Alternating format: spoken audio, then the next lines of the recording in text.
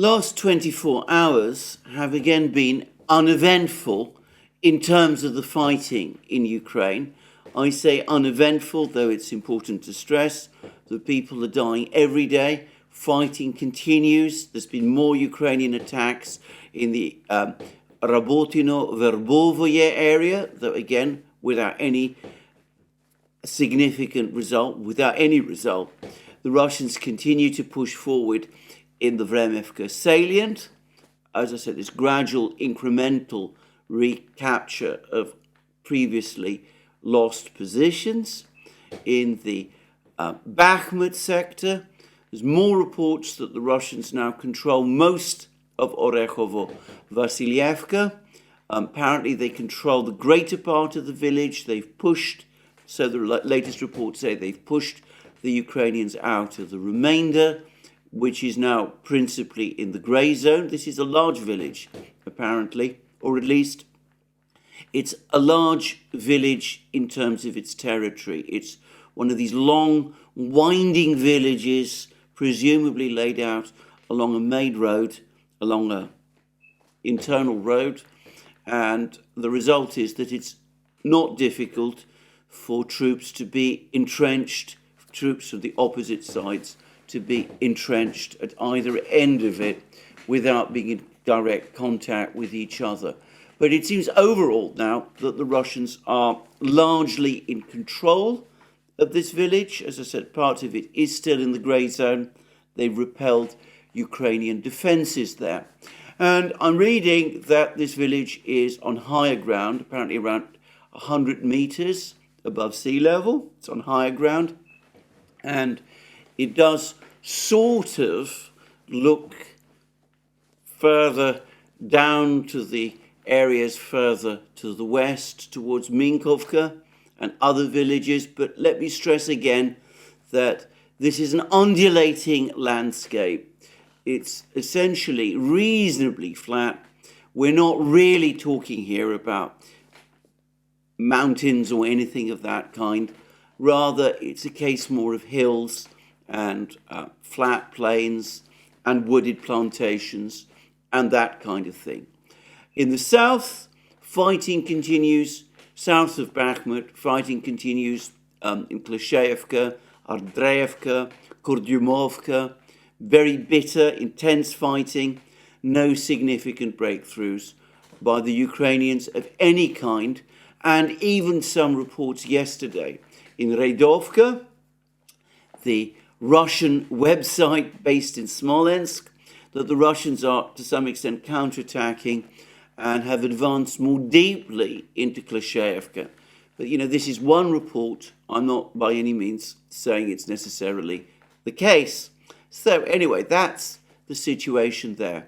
And there's been lots of debate and discussion now about these two offensives which each side is said to be planning.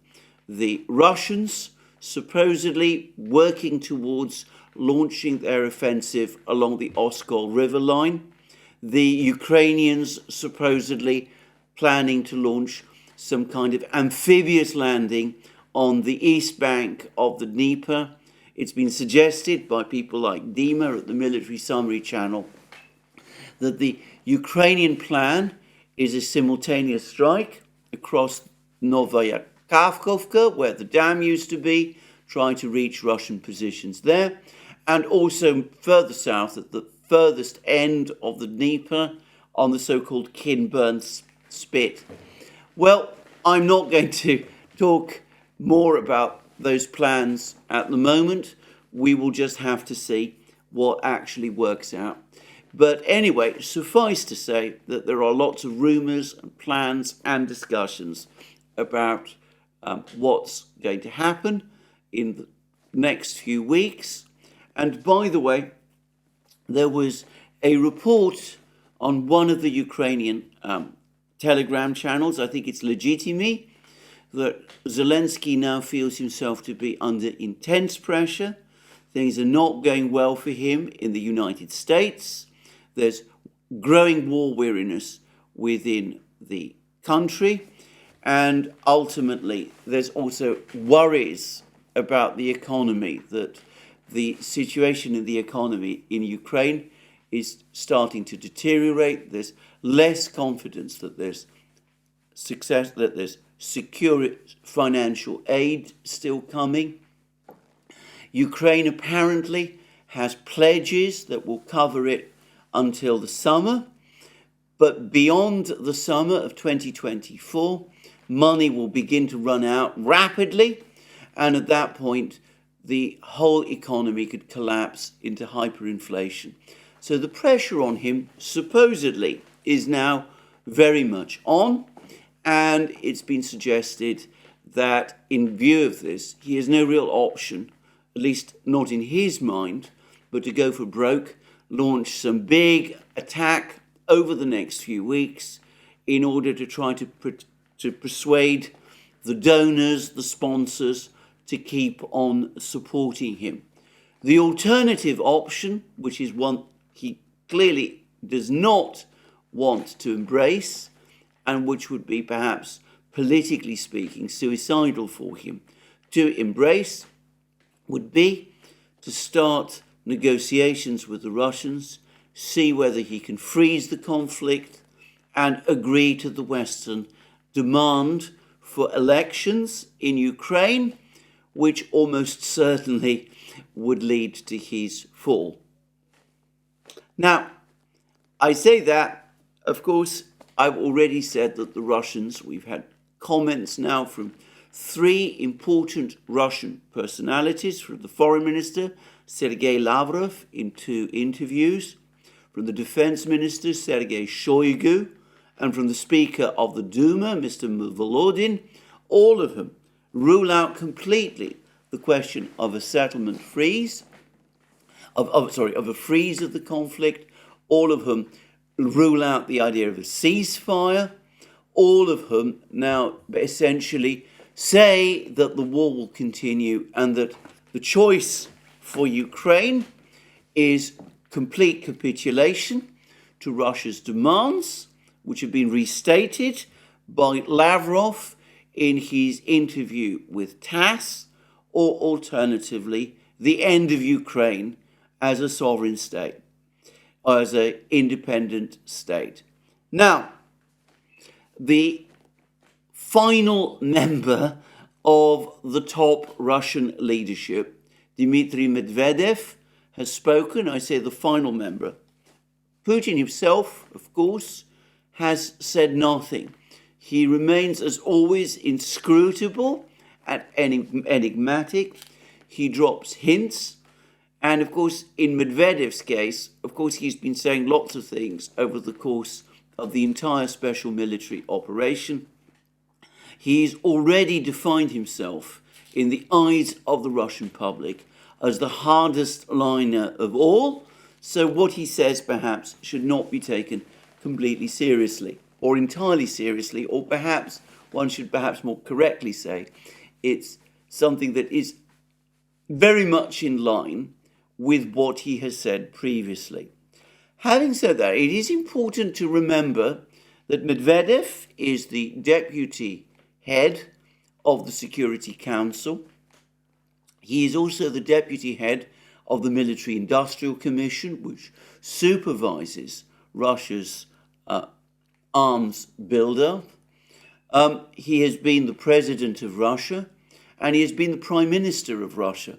He has been, in fact, so I understand, the longest serving prime minister of Russia since the Soviet Union's collapse. So, he is, by every measure, a very, very senior figure within the Russian leadership. In my opinion, the best way to think of him is as, in effect, Putin's vice president. He is number 2 in the hierarchy, and Lavrov and Shoigu are, in this respect, in a lower position than he is. So we can't disregard what he says. And moreover, in this instance, what he said seemed to be rather more measured than what he has said previously. And he said it on an important anniversary, which is the anniversary of the date, September 30th, when the four regions, Donetsk, Lugansk, Zaporozhye and Kherson, were, according to Russian law, formally admitted into the Russian Federation. Now, Putin himself has been meeting with various officials from the four regions. He's made comments himself, but this was also Medvedev's opportunity to weigh in. Now, he said all of this on his Telegram channel, and of course he said it in Russian, but the official Russian news agency TASS has provided a summary of his words, and this is what he said.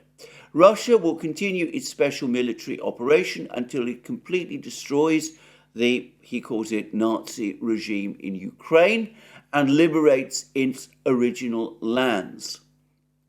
And then the direct quote is, the special military operation will continue until the Nazi Kiev regime is completely destroyed and the original Russian lands are liberated from the enemy.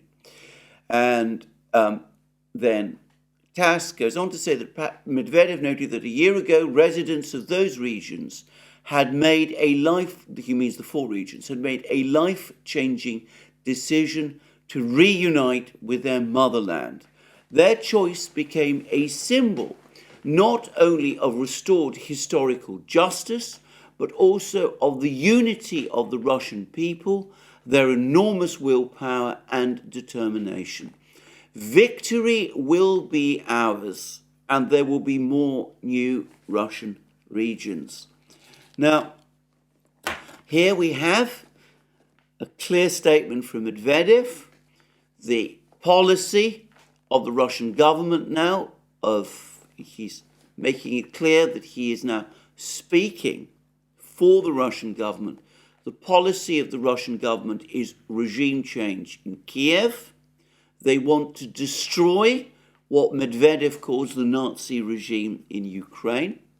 And it's difficult to see how that can now amount to anything less than regime change in Kiev.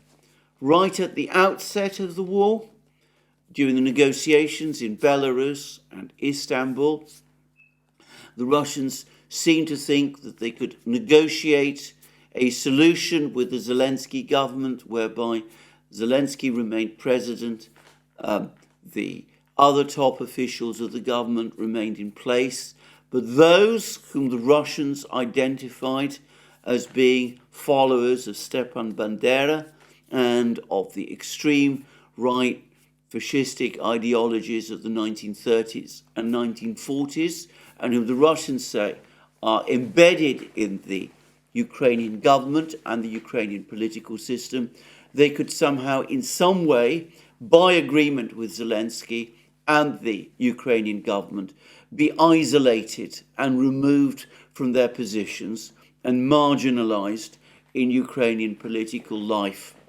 Now, it seems from Medvedev's words, it seems from the words of other Russian political figures, Lavrov, Shoigu, Volodin, that nothing less than complete regime change in Kiev will do. I get the sense that the Russians have lost patience entirely with Zelensky. They no longer see him as an effective and worthwhile negotiator. And if he does initiate negotiations with them, one of the conditions that the Russians will set, probably for the continuation of those negotiations, is that he must stand down and that there must be an entirely new government that they can work with established in Kiev. So regime change in Kiev is now the Russian objective. I think this needs to be made clear. I don't think that was the case at the start of the war. Medvedev says it is now, and we've seen that Lavrov, Shoigu and Volodin are in effect supporting him. And of course, Medvedev also says that other regions, more new Russian regions, will rejoin Russia. And again, it's not difficult to work out which he means. First and foremost, there's Kharkiv region, which borders on Russia, borders on Belgorod region, where the Ukrainians, by the way, from time to time, still try to undertake the occasional incursion into Russia.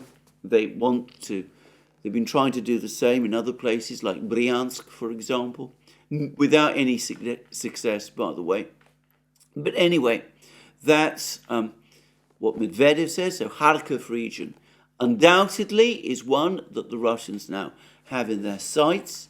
But it's difficult to avoid the conclusion that when Medvedev talks about new Russian regions, he must also mean the remainder of Zaporozhye and Kherson region, and also, ultimately, since we're talking now about the restoration of the motherland, the reunification of the Russian people, it must also include other places on the Black Sea coast of Ukraine, including places like Odessa and Nikolaev, which the Russians consider to be entirely Russian cities. So that's Medvedev. Now, he does also, by the way, make a very interesting choice of language. He says, victory will be ours. And of course, he says that in the context of his calling the government in Kiev, in Ukraine, the Nazi regime, the Nazi Kiev regime. Now, when Medvedev uses words like victory will be ours, he is referencing back to one of the most famous speeches made in Russia during the whole course of the 20th century.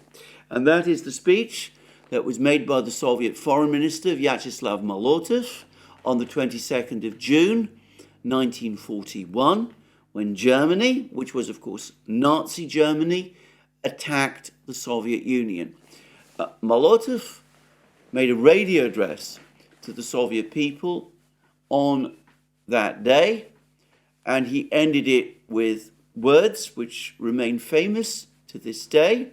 They're quite often cited, which basically can be translated as, our cause is just, the enemy will be defeated, victory will be ours. And in fact, those words, our cause is just, the enemy will be defeated, victory will be ours, became in some ways a slogan, a rallying call right through the Second World War, what the Russians call the Great Patriotic War, which they fought against the Germans on the Eastern Front.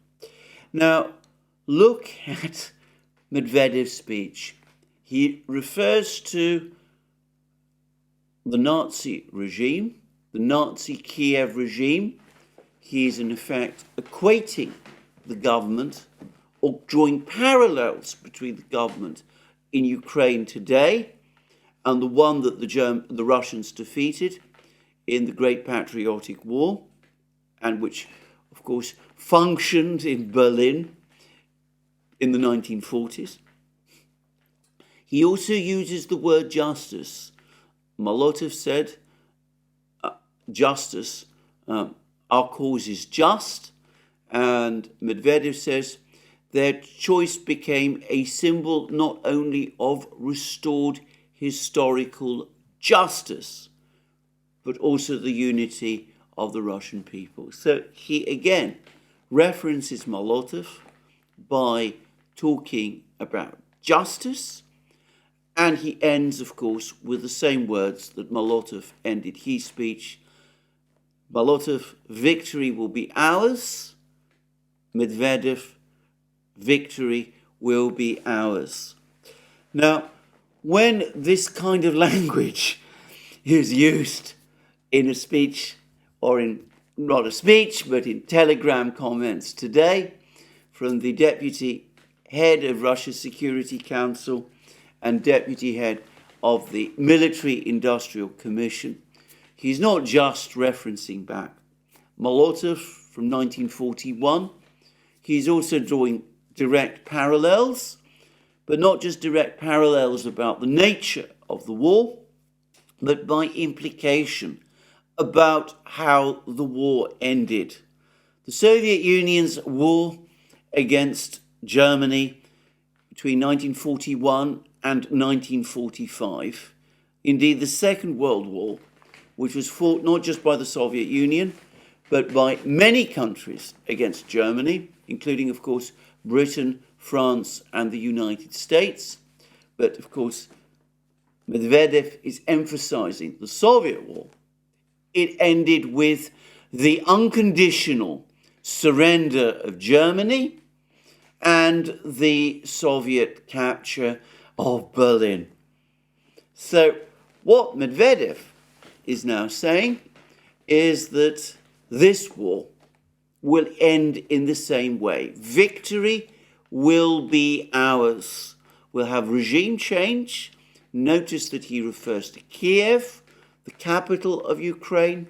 Again, most Russians would know, most Russians reading those words will remember that, of course, the Russians pushed through all the way to the capital of the original Nazi government, which was in Berlin, and captured Berlin. Medvedev, again, he's making parallels. He's talking about Kiev. So it looks like he at least expects the Russians to go all the way to Kiev, at the very least. And, of course, he's basically saying that the war will end, can only end, with Ukraine's complete defeat and unconditional surrender. So, I've said in previous programs that there's clearly been a debate in Russia, a decision made, the political decision made over the last few days, or weeks rather, which is that with the offensive, Ukraine's offensive, having disappointed, let's use that measured words, its sponsors in the West and the government in Kiev, that the Russians now, they should focus on winning the war and winning the war in its totality. My sense is that Medvedev has probably been arguing that case all along since the start of the special military operation back in February last year. He's been very much an outlier, arguing very hardline words throughout this period. I think we can now say, with the words that have been made by Lavrov and Shoigu and Volodin in quick succession, and with these latest comments of Medvedev, that Medvedev has won the argument, he's won the discussion within the Kremlin from this moment on. The policy is the one that he has been advocating, which is victory, complete victory, no negotiations, the end of the regime, as he would call it, in Kiev, regime change in Kiev. Now, saying all of this, it's important to stress that things may change. It may be that the war takes, what from the Russians' point of view is an unexpected turn. Who knows? Maybe this amphibious assault, this simultaneous attack on many fronts that the Ukrainians have been talking about, that has been talked about, at least, rather the Russians are talking about, that the Ukrainians might launch. The latest Russian, by the way, to weigh in on all of this is Dmitry Rogozin, who was for a time the head of Russia's military-industrial complex, and then afterwards the head of the Roscosmos, the space program. Anyway, he's now also come out and said that the Ukrainians are planning some amphibious assault across the Dnieper. Probably he's taking it, I'm guessing, from all what the others are saying. But anyway, it could be that this operation across the Dnieper succeeds. It could be that there is a sudden collapse of Russian defenses in the south. It could be that there's an economic crisis or a political crisis in Russia. Many things can happen. But for the moment at least, it's clear that Russian policy has now hardened to the point where the Russians are seeking victory in Ukraine, victory meaning regime change in Kiev. I think that the comments made over the last 10 days or so by a succession of Russian officials, culminating in these comments of Medvedev, now put this beyond any possible doubt. Again, if the White House, if there's a fundamental change of policy in the White House, if the United States were to contact the Russians, say that they now recognize that Ukraine cannot be a member of NATO and that they're prepared to talk about the security architecture for Europe, well, it could be that the ultimate decision maker, again, Vladimir Putin, decides to change policy. But for the moment, policy is what Medvedev is saying. And I think we need to understand that in the West. Western governments need to understand that. As always, the kind of comments that Russian leaders make need to be read very carefully. And in Medvedev's case, the words that he has said on this occasion, it seems to me, are clear and will be clearly understood across Russian society and within the Russian armed forces. So that's Medvedev, that's the Russians.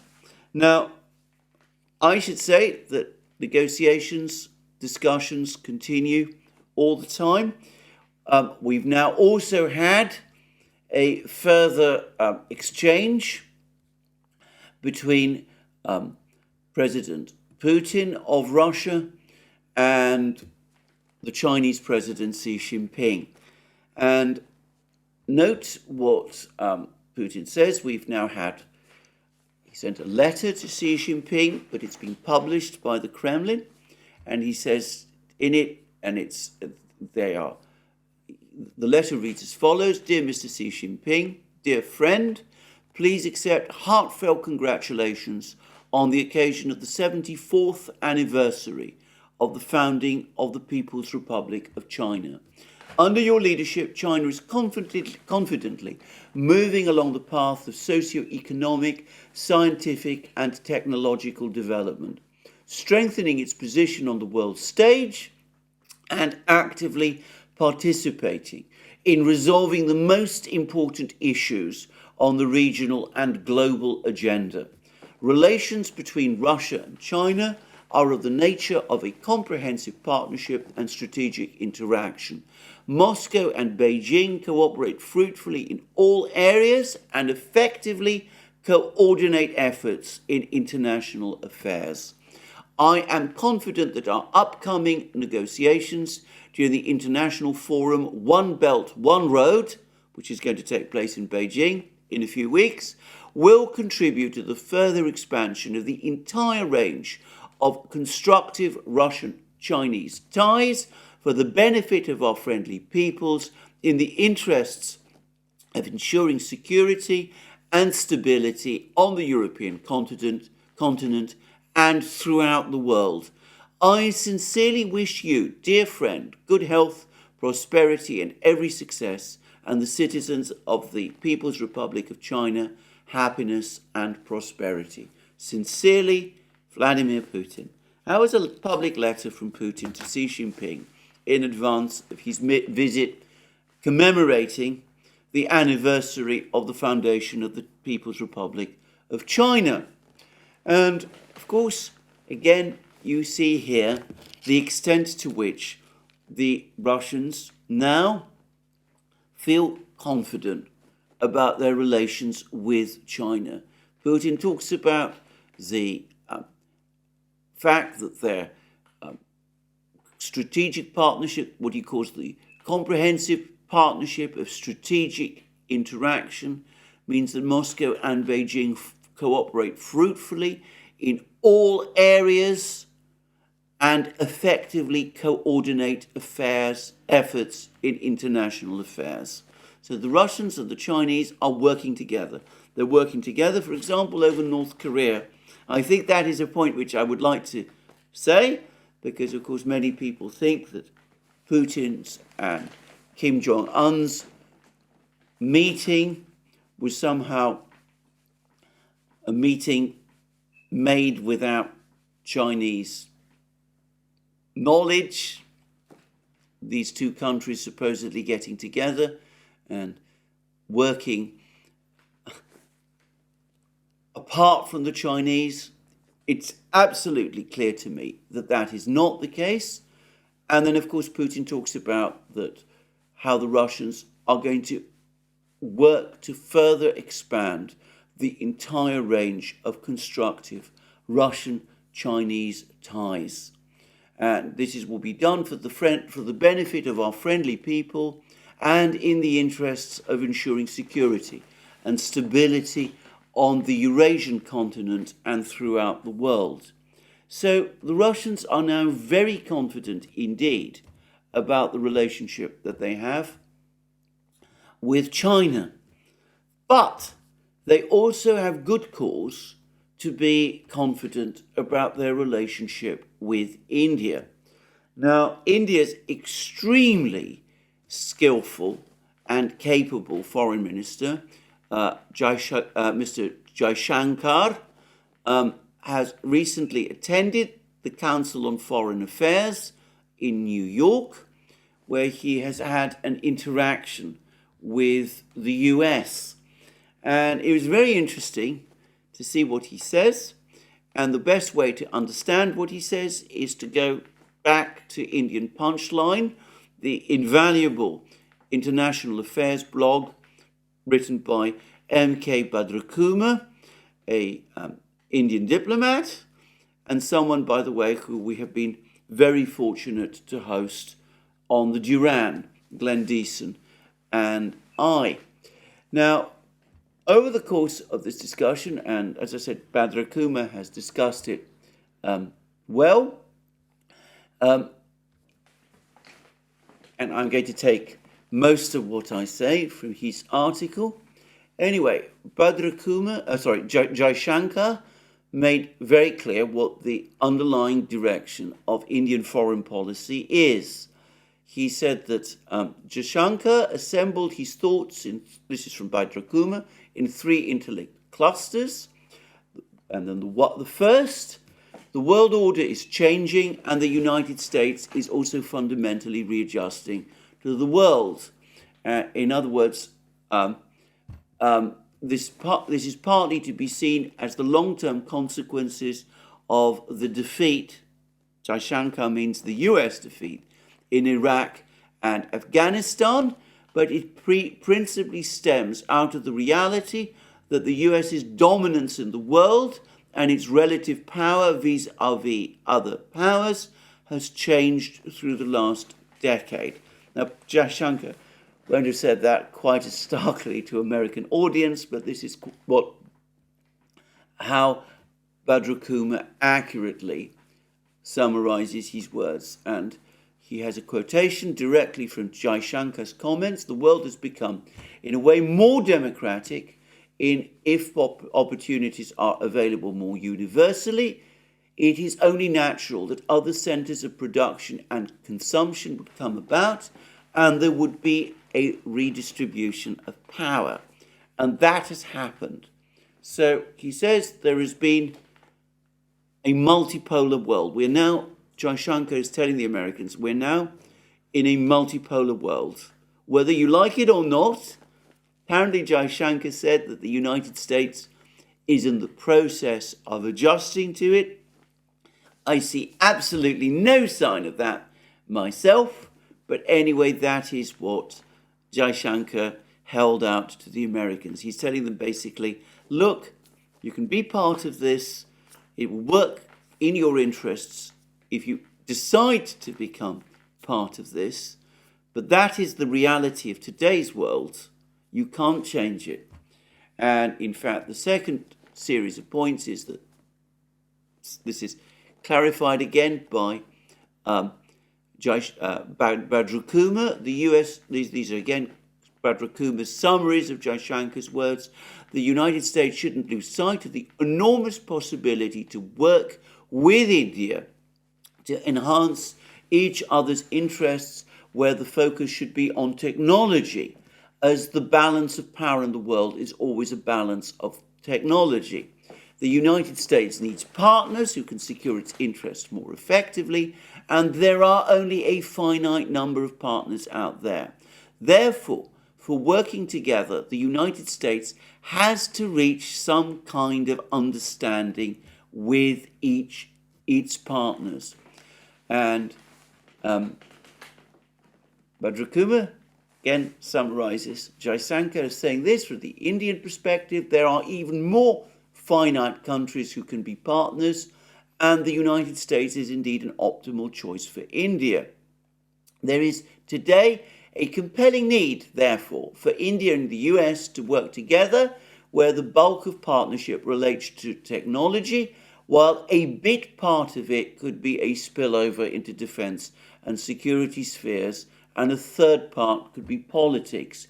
Fact is, today, the global south is very distrustful of the global north, in other words, of the United States, and it is useful for the United States to have friends who think and speak well of America. And India is one of the few countries that have the ability to bridge the polarization in world politics. So what the Indians are saying is, look, we want to be your friends. We want to work with you. We can help you. We've got brilliant people in mathematics, in science. We can help you to develop and continue and sustain your leading positions in science. But if that's going to work out, you must take into account our concerns. So Jaishankar, you can see how cleverly he's packaging it for the Americans. He's telling them, first, there's a multipolar world. This is a great opportunity for you. The unipolar moment has passed. Put that behind you. You can work with us in India, and it can all turn out well for you in the end, and we want you to be our friends. But this has to be an equal partnership between India and the United States, and the United States must understand India. And then, of course, comes, Mr. Badra Kumar will forgive the word, it's my words now, the punchline. Jaishankar subtly fortified the above persuasive argument with an unspoken caveat that the Biden administration should not make unrealistic demands on India's independent policies or challenge its core interests, lest it be counterproductive. And the point was driven home by calling attention to a stunning geopolitical reality that Russia is turning its back on its 3 centuries old search of a European identity and is making strenuous efforts to build new relationships in the Asian continent. Russia is a part of Asia, but its pivot is about carving out a strong role as an Asian power, and this is consequential. As for India, its relations with Russia have remained, this is a direct quote now from Jaishankar, extremely steady since the 1950s. Notwithstanding the vicissitudes in world politics or current history, both sides took care to keep the relationship very, very steady. It's another quote from Jaishankar. And that is because Delhi and Moscow share an understanding that there is a structural basis to the two countries working together, and therefore both take, again quoting Jaishankar, great care to maintain the relationship and ensure that it is working. So, a very strong message from Jaishankar. Yes, India wants to work with the United States. Primarily the focus should be technological partnership. We can also talk about joint concerns about security and politics. But the relationship between India and Russia is not up for negotiation. If the United States makes this for India a make or break issue, then the relationship between India and the United States cannot go forward in the way that Jaishankar is proposing, and which he says would be in US interests. And then Jaishankar, I think, will have ruffled some American feathers even more, because, again, I'm going to read from Bhadrakumar's summary. He said that Jaishankar gave a lengthy account of India's standoff with China on the border, and he was careful to do so in factual terms from an Indian perspective, but significantly enough without attributing motives to the Chinese behavior or even rushing into characterizations of it in picturesque terms of Indian self-aggrandizement. The intriguing part came when Jaishankar was open-minded enough to rationalize the Chinese Navy's presence in the Indian Ocean and point-blank refused to mix up India's Quad membership with it. Jaishankar rejected the hackneyed notions propagated by American analysts of a Chinese string of pearls around India, and instead noted calmly that the steady increase in the Chinese naval presence in the past 20 to 25 years is a reflection of the sharp increase in the size of the Chinese Navy. And India does not see Quad as necessarily geared. This is the quadrilateral arrangement which brings together the United States, India, Australia, and from memory, Japan. He does not see India does not see Quad as necessarily geared for a role to counter China, as it will be, and this is again a quote from Jaishankar, a bit old-fashioned to point towards another country. And he went on to say there are concerns there that are better approached if countries worked together. A hint that relations between China and India might actually start improving before long. And it ends with Jaishankar apparently telling the Americans times have changed, force levels have changed, and capabilities have changed. And China is one of those countries whose capabilities have gone up. India works with countries that it can and not with those it cannot. So, again, clear statement from the Indians. They've come under enormous pressure over the last few weeks from the United States. We've talked about the affair of the assassination in Vancouver and the way in which this was used to put immense pressure on Prime Minister Modi over the course of the G20 summit, and of the extent to which this was in part orchestrated by the United States. We learned that US intelligence played a big role in this. We see the diamond sanctions, that they are as much targeted at Modi personally as they are at Russia, arguably more so, in fact. And we see that the Indian foreign minister, in the face of all this American pressure, is not giving an inch. He says there's a multipolar world. India is a part of it. India is a significant part of it. India wants good relations with the United States. But Russian-Indian relations are not up for negotiation. And as for the relationship with China, India preserves the right to work towards some kind of a rapprochement or détente with China, recognizing that China now is also an essential part of the multipolar system.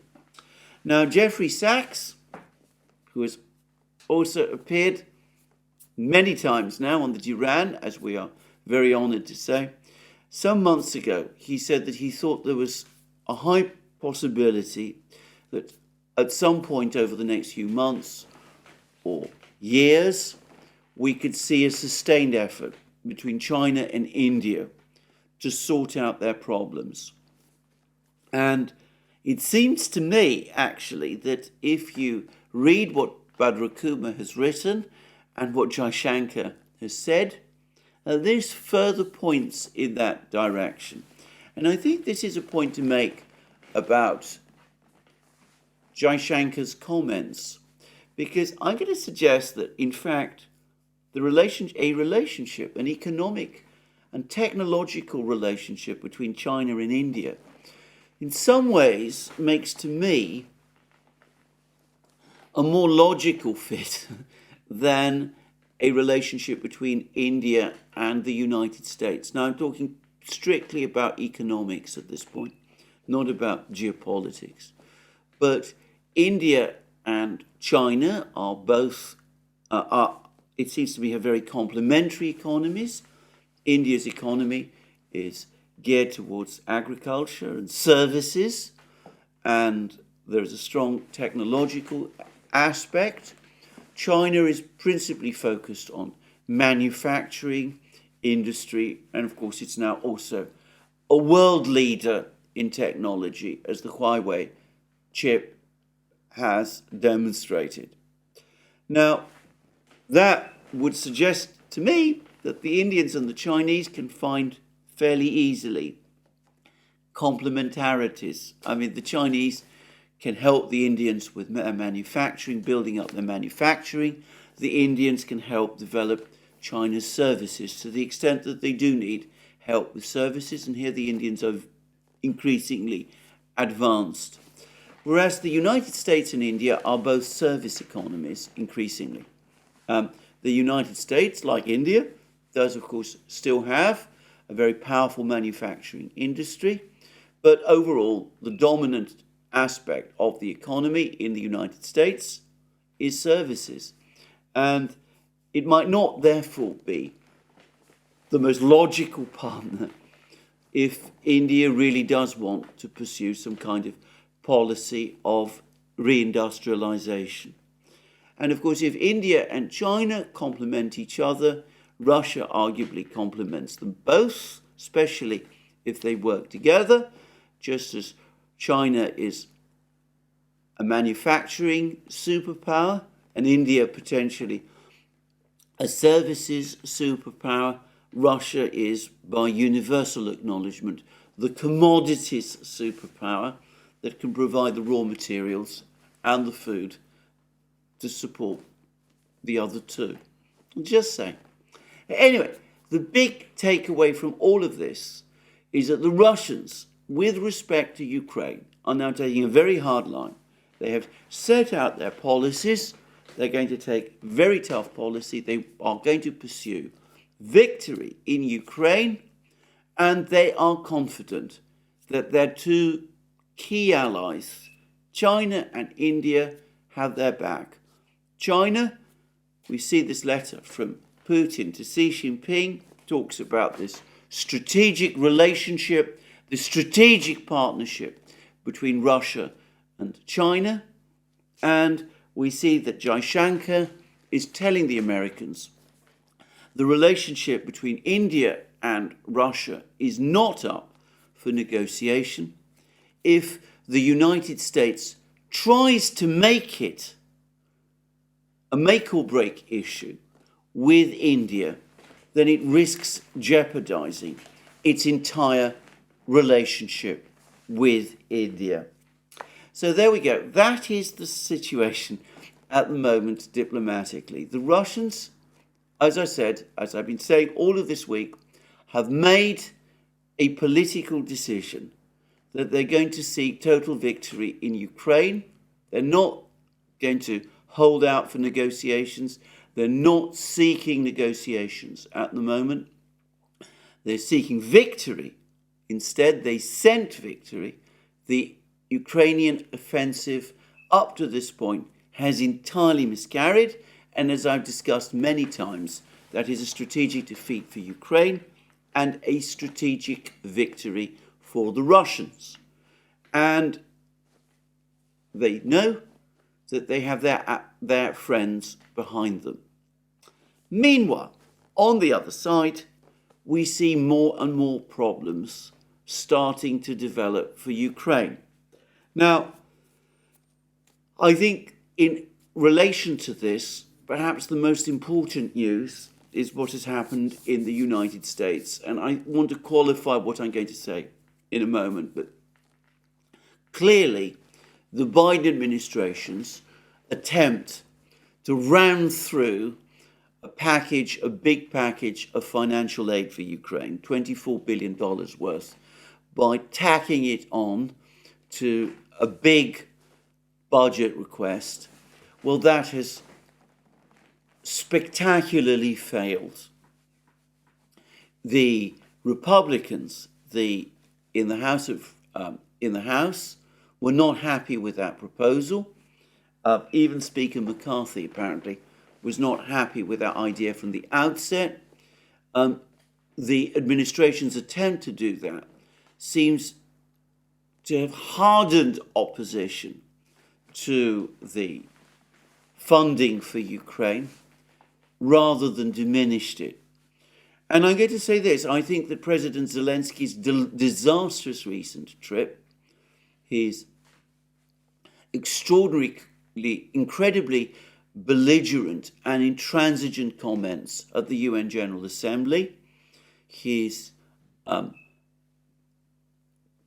constant demands for more and more aid and more support whilst in Washington, and of course the disaster of the events in the Canadian Parliament.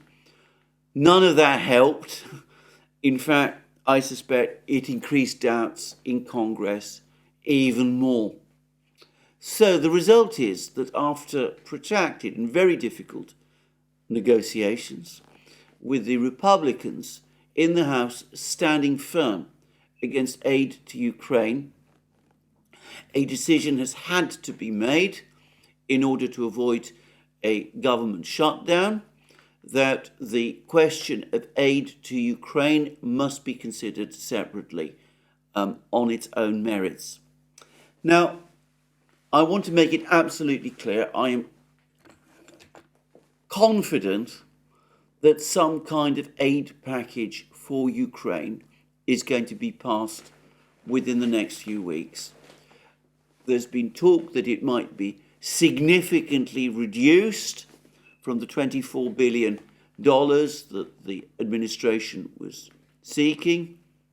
At one point, over the course of the negotiations that took place over the last couple of days in Congress, I understand that the Senate was proposing that the funding for Ukraine be reduced from $24 billion to either 4.5 or 6, I'm not sure which. But I am sure that some kind of aid package for Ukraine will be put together and will pass Congress over the next few weeks. And this will happen, however strong the feeling about it in Congress now is. it seems to me that there is still a big majority in Congress that supports aid for Ukraine. The establishment of the Republican Party, the Mitch McConnell wing, remains committed to it, and of course the Democratic Party remains fully committed to it. And I think that both in the Senate and in the House, there are enough Republicans to join with the Democrats to make sure that an aid package goes through. But despite that, this is an important indicator that the mood in Washington is shifting. The Republican Party is no longer united in its support for Ukraine, as it briefly was in the spring and early summer of last year. The ability of the administration to get whatever it wants out of Congress is reducing. And of course, all of this mirrors a shift in the public mood. In the United States, there's now been more and more opinion polls that show that the US public, the American public, is becoming significantly less supportive of aid for Ukraine. And we're now seeing this manifest itself in Europe. And we've now had the results of the parliamentary elections in Slovakia.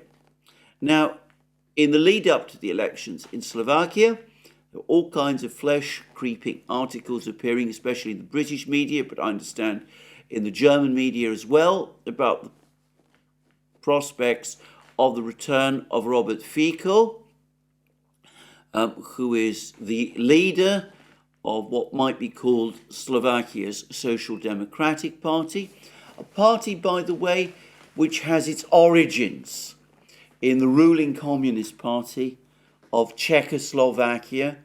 It had its Slovak section, and Robert Fico's party ultimately has its origins from that party. It was the dominant party, by the way. It's been also the dominant party under Fico's leadership in Slovakia for much of the period since the start of the millennium. And Fico has been, on balance, hostile to sanctions, hostile to unrestrained support for Ukraine, skeptical about all of these policies, though it should be said that as Prime Minister he ran a tight fiscal ship in Slovakia. Slovakia was a country that did economically quite well whilst he was Prime Minister, despite endless allegations of corruption against him. And of course, he was also a loyal member of the European Union. I think these points do need to be made. Anyway, he has also been someone who has wanted good relations with Russia.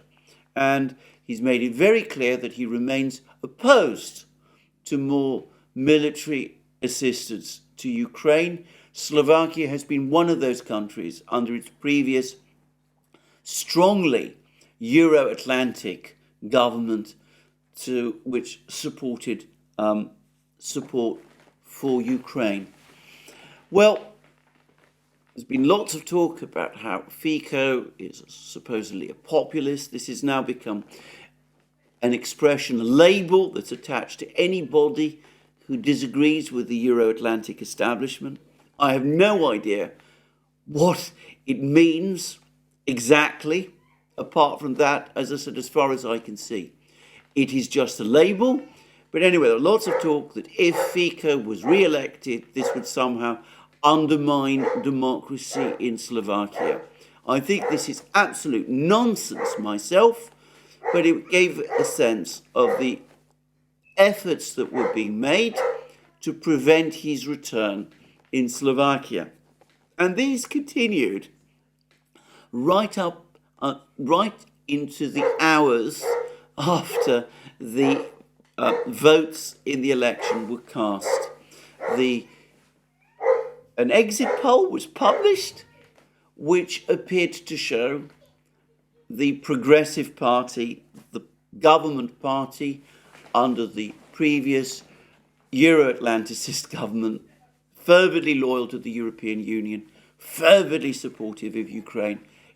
An exit poll appeared to show this party in the lead.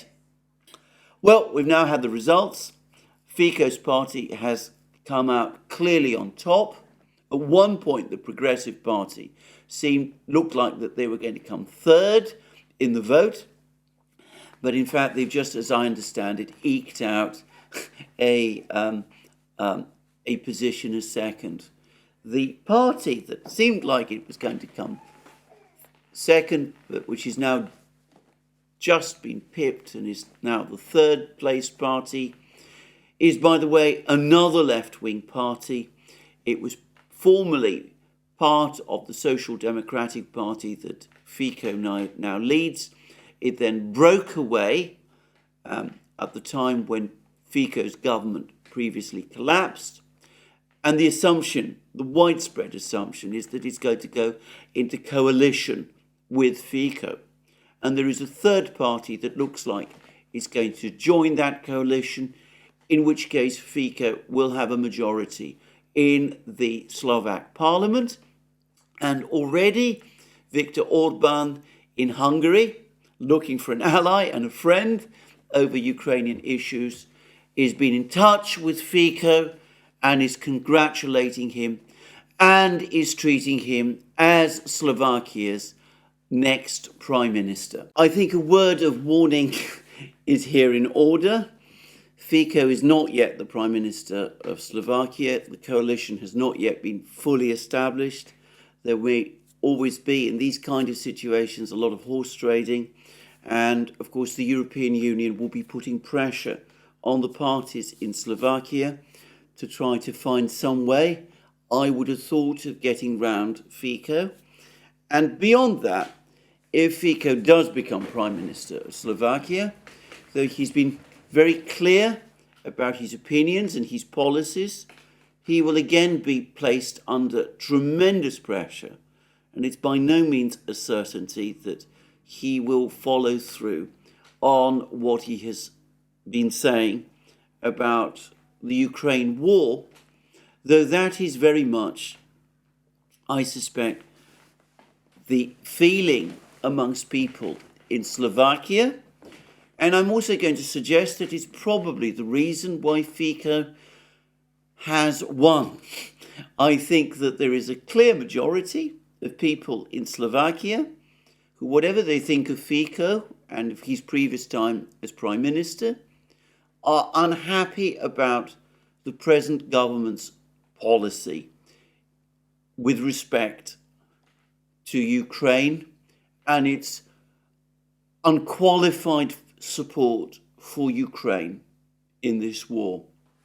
The governing party, I noticed, the Progressive Party, the party which the exit poll said was going to win the election, in the event it got, as I understand it, around 17% of the vote. And given that it does appear to be the most liberal party in Slovakia, or at least that is what I understand, that gives us some sense of the disenchantment of most Slovaks with this party and with its policies, quite plausibly, principally over Ukraine, and explains perhaps Fico's victory. Anyway, that's one election. We have another election coming, and that is the election in Poland. Relations between Poland and Ukraine apparently continuing to deteriorate. There's now more hard words exchanged between Poland and Ukraine. The present Polish government, by the way, has now been the target of a highly critical article in the British media, I think it is in The Guardian, which is now lumping it together with other supposed right-wing populist forces that are allegedly growing in power across Europe and threatening democracy across Europe. Democracy being, of course, a code word for the Euro-Atlantic system. I think we ought to make that quite clear. But anyway, it seems to me that much as has been the case with Slovakia, whatever the eventual policies of whatever Polish government appears out of this election, it's now clear that the drift in Poland as well, and probably across Europe, I understand this is also the case in Italy, by the way, a very consequential country, is against downscaling support for Ukraine. There is increasing fatigue and increasing disagreement amongst the European public with this policy. And one government has noticed this and is becoming increasingly nervous, and that is the British government, which has been in some respects the most hardline of all and the most fervid in its support for Ukraine. The British Foreign Secretary, James Cleverly, has made some absolutely astonishing comments. He says he has admitted, first of all, that there is growing weariness with the war, growing weariness over the subject of Ukraine. It's widely acknowledged, by the way, that donations from the British public and from the publics of other countries, private donations for Ukraine to sustain its war effort are now dwindling. In fact, they've dwindled radically, to my understanding. Anyway, Cleverly acknowledged this, but nonetheless, he still spoke out for more support for Ukraine. He made some absolutely astonishing and, in my opinion, reckless and extremely dangerous proposals. He proposed that British troops be deployed to Ukrainian territory and that they start training Ukrainian troops there. He didn't talk about them actually participating in the actual fighting. And he even floated the astonishing idea that the Royal Navy, the British Navy, escort Ukrainian grain ships from Ukrainian Black Sea ports. Now, these are disastrous proposals if they're ever implemented. If British troops enter Ukraine, even if they're not deployed on the front lines, if they go there purely on training missions, there is a high probability that the Russians will attack them. The Russians have made absolutely clear that they're not going to try and avoid targeting soldiers of NATO countries if they find themselves on Ukrainian territory. And of course, if British ships were to enter the Black Sea and start protecting Ukrainian grain ships, then of course that would also put them potentially in the firing line, given that there's now been a steady escalation of fighting in the Black Sea, with Ukraine over the previous weeks, it's been less of this now, over the previous weeks, launching missile strikes against Crimea, and with the Russians retaliating in kind with strikes against Ukraine's Black Sea ports. Now, I'm going to make a suggestion. I think that these assertions, these proposals, so far they're only proposals, by the British government, reflect growing demands from parts of the British security establishment for Britain to reassert its support for Ukraine at a time when wider support across the West for Ukraine is flagging. I don't think that these proposals are intended seriously.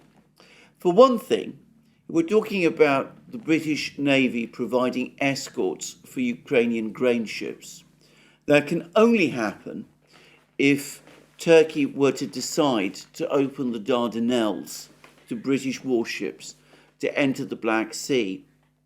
And Erdogan has clearly said, made it clear way back at the start of the special military operation that he was not going to allow that to happen. He was not going to allow any Western ships to enter the Black Sea in that way. He actually closed the Dardanelles. He says that this is consistent with the Montreux Convention. I believe he's right on that, by the way. And I don't really see him reversing this policy. So how the British can transport warships to the Black Sea to provide escorts to Ukrainian grain ships, I can't really imagine. And it would require a complete reversal of Turkish policy, which, again, I really don't see. But it nonetheless remains the case that merely making these kind of proposals is reckless. What if Erdogan does reverse his policy? What happens if British soldiers go to Ukraine and get hit by a Russian missile, which is all too likely, and many of them get killed? Well, I can say straight away that nobody knows.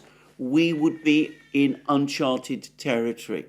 Medvedev has, by the way, made a further statement. He says that these proposals by the British actually seem to be designed or almost calculated to draw Russia against its wishes into a kind of World War III type situation. I personally think, this is my own view, that if British soldiers arrived in Ukraine and were killed as a result of a Russian missile strike, or a British warship were destroyed in the Black Sea, the result would not be World War III. It would be a massive blowback in London, with many people in Britain incredibly alarmed to find that Britain is, in effect, drifting into an armed confrontation with Russia, and a massive triggering of anti-war sentiment here. And I also believe that in that kind of situation, by the way, Britain might risk finding itself alone. But there we are. We see that the British are making these extraordinary claims. What they're trying to do is to shore up support for Ukraine and perhaps get other countries that are now flagging in their support for Ukraine to recommit in some way, or perhaps to go further still, to send their own troops to Ukraine as well, in the way that the British want them to. It bears repeating that the situation now is becoming ever more dangerous. The Russians are scenting blood. They're scenting victory. Some Western countries, Britain specifically, are becoming increasingly nervous. The Ukrainian government is also becoming nervous, according to the Russians, reviving reckless plans for attacks on the Zaporozhye nuclear power plant and for amphibious operations across the Dnieper.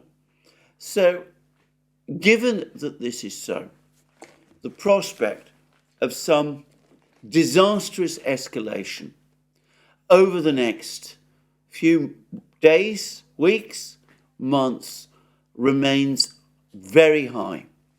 But nonetheless, this does not detract from the overall direction of events. Ukraine is in the process of experiencing a major strategic defeat. It's thinking maybe of ways to turn it round. Unlikely it will succeed. Western support is flagging, despite these attempts by the British to change that. And in the meantime,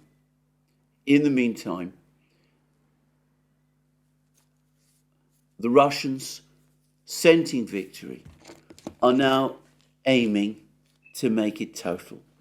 Well, that's my program for today. More from me soon. I look forward to you joining me again for more programs on this channel. Please remember, you can find all our programs on our various platforms: Locals, Rumble, BitChute, ODYSEE, Rockfin, Telegram. And also remember that you can support our work via Patreon and Subscribestar, links under this video. You can also go to our shop, buy yourself the various amazing things that you will find there: sweatshirts, t-shirts, hats, hoodies, magic mugs, all those great things. And last but not least, if you've liked this video, please remember to press the like button and to check your subscription to this channel. Thank you for joining me again today. More from me soon, and have a very good day.